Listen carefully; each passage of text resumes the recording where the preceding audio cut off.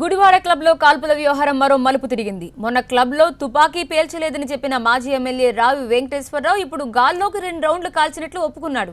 అయితే తన తుపాకీ మిస్ఫైర్ అయిందని చెప్పుకొస్తున్న వెంకటేశ్వరరావుతో మా ప్రతినిధి Ashok face to face. Gudivada మాజీ ఎమ్మెల్యే టీడీపీ నేత రావి వెంకటేశ్వరరావు ఒక వివాదంలో చిక్కుకున్నారు. ఆయన నిన్న గన్ను ఓపెన్ చేసి 3 సార్లు గాల్లోకి కాల్పులు జరిపారనేది ఆయన మీద వచ్చిన ప్రధానమైన ఆరోపణ. ప్రస్తుతం ఆయన మన ముందు ఉన్నారు. గాల్లోకి నిజంగా కాల్చారా? ఎందుకు కాల్చారు? నేను అంత ఫ్యాక్ట్ కాదు, పచ్చి అబద్ధం. అన్ని పత్రిక మీడియా సృష్టి వలన ఆ విధంగా వచ్చింది. బయటకైతే వచ్చింది. మీరు గుడివాడ క్లబ్లోకి వెళ్ళిన సమయంలో మీ చేతితో మీ వైపునే బయటికి తీసి 3 సార్లు కాల్పులు జరిపారు, అక్కడ ఉన్న జనాలు కూడా పరుగులు తీశారు అనేది. That's not fact. అది అన్ని పచ్చి అబద్ధం. అది కల్పితమే. పత్రికల కొంతమంది అది అన్నీ కాదు. మరి ఎందుకు వచ్చిందో నాకు తెలియదు. మరి ఎవరు సృష్టించారో ఏ విధంగా చేశారో అది ఫ్యాక్ట్ కాదు. యాక్చువల్లీ వాస్తవానికి ఐ హ్యావ్ ఎ లైసెన్స్.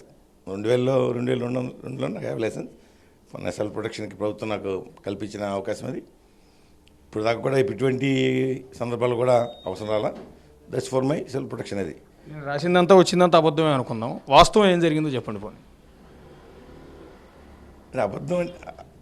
అది అబద్ధమని చెప్తున్నాను, మళ్ళీ అనుకుంటాం కాదు. అబద్ధమే చెప్పేది, అది కరెక్ట్ కాదు. అది యాక్చువల్గా నేను అది డిసెంబర్ 30కి రెన్యూ చేసుకోవాలి. నేను ఆల్రెడీ 1 month ముందే కలెక్టర్ గారికి, ఎస్పీకి నేను I send my renew letters. Every 2 నెలలకు ఒకసారి మనం పంపుతానే ఉంటాం ఎస్పీకి, కలెక్టర్కి. ఆటోమేటిక్గా వచ్చేస్తూ ఉంటాయి. అంటే అదే సమయంలో సరెండర్ కూడా చేయాలి. ఆ టైం ఇప్పుడు చేస్తాకే వెళ్ళాను. యాక్చువల్లీ కొంచెం లేట్ అయింది. బిజీ ప్రోగ్రామ్స్, పార్టీ మీటింగ్లు అయిన దానివల్ల స్టేషన్లు ఇద్దామని చెప్పి బయలుదేరి లోపే ఫంక్షన్ ఉంది కనపడి వెళ్దామని అటు క్లబ్ దగ్గరికి జనం కార్యక్రమం ఉంటే అక్కడికి వెళ్ళాను. అక్కడే చేతికి మిస్ఫైర్ అయింది. వెంబడే డిఎస్పీ గారికి దగ్గరికి ఇన్ఫామ్ చేసి ఎట్లా తగ్గిందని, ఎవరికి ఏమి జరగలేదు అన్నాను. అన్నీ చూసుకున్నారు. ఇంతవరకే ఇవన్నీ పేపర్లు అన్నీ సృష్టించి రకరకాలు రాసుకున్నాయి. మరి మిస్ఫైర్ అయిన మాట అయితే వాస్తవం. చేతికి మిస్ఫైర్ అయింది. చేతికి మిస్ఫైర్ అయిందంటే మామూలుగా మీరు గన్నుని మామూలుగా జేబులో పెడతారు కదా, జేబులో ఎత్తుకున్నది. ఇది చేతికి మిస్ఫైర్ అయింది. ఎవరికి ఏం దెబ్బ తగ్గలేదు. అంటే నేను డిఎస్పీ గారికి ఇన్ఫామ్ చేశాను. అంటే ఇది ఇంటరాగేషన్ కాదు, కానీ ఒక సమాధానం కోసం మిమ్మల్ని అడుగుతూ ఉన్నాం. మిస్ఫైర్ అయినప్పుడు పాకెట్లో ఉందా వెపన్, చేత్తో ఓపెన్ చేసి బయటకు ఉందా? పాకెట్లోనే ఉంది. అది పాకెట్లో నిజంగా మిస్ఫైర్ అయి ఉంటే మీ తొడలోంచి బుల్లెట్ బయటకు వచ్చి మీరు ఇంజూరీ అవ్వాలి. ఏంటి లావు ఉందని ఎవరు అడిగితే గన్ నుంచి తీశాను.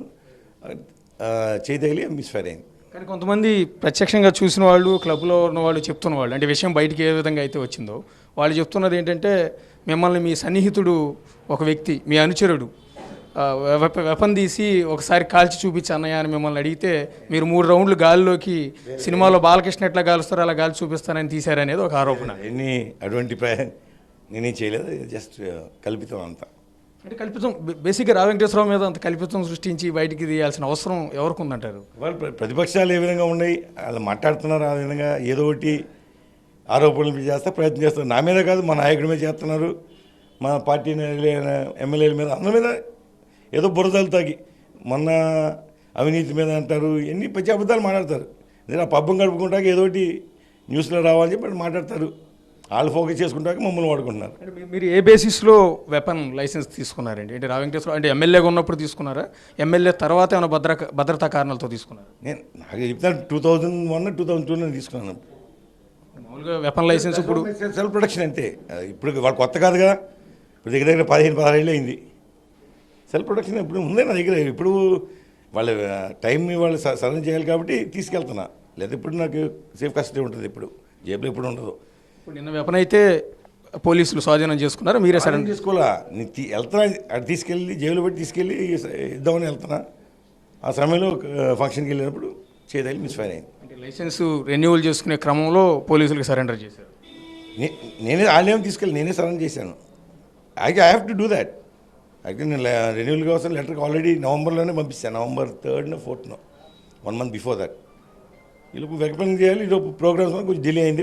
1 week 10 days సరెండర్ చేశాను. అది మిస్ఫైర్ అయిన వెంటనే మీరు పోలీసులకి సమాచారం డిఎస్పీకి చెప్పాను. వచ్చి చూసుకున్నారైనా ఎవరికేం డ్యామేజ్ అవ్వలేదని. జాగ్రత్తగా ఉండండి అని చెప్పాను అంతే. ఫైనల్గా ఒకటండి, మీరు ఆల్రెడీ ఒకసారి ఎమ్మెల్యేగా పనిచేస్తున్నారు, మీ తండ్రి గారికి కూడా చాలా మంచి పేరుంది, టీడీపీ నేతగా మీకు కూడా చాలా మంచి పేరుంది.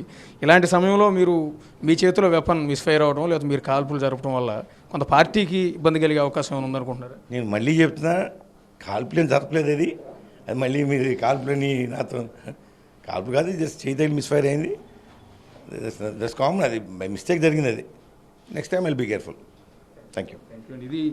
ఇదంతా కూడా కేవలం సృష్టించిందే తప్ప చేతిలో మిస్ఫైర్ అయిందని, నేను కాల్చానని సృష్టించారనేది రావి వెంకటేశ్వరరావు చెప్తున్నమాట. ప్రస్తుతం పోలీసులు అయితే దీనిపైన దర్యాప్తు చేస్తున్నారు. ఒకవేళ 3 రౌండ్లు కాల్పులు జరిపినట్లయితే ఆయన ఇచ్చిన వెపన్లో ఉన్న ఆధారాలు లేకపోతే కాల్పులు జరిపిన దానికి సంబంధించి బుల్లెట్కి సంబంధించిన షెల్స్ కానీ దానికి సంబంధించిన పౌడర్ కానీ ఆ వెపన్లో ఖచ్చితంగా ఉంటుంది. దీన్ని ఫోరెన్సిక్ ల్యాబ్కి పంపించి రిపోర్ట్ తెప్పించే ప్రయత్నాలు కూడా పోలీసులు చేస్తున్నారు.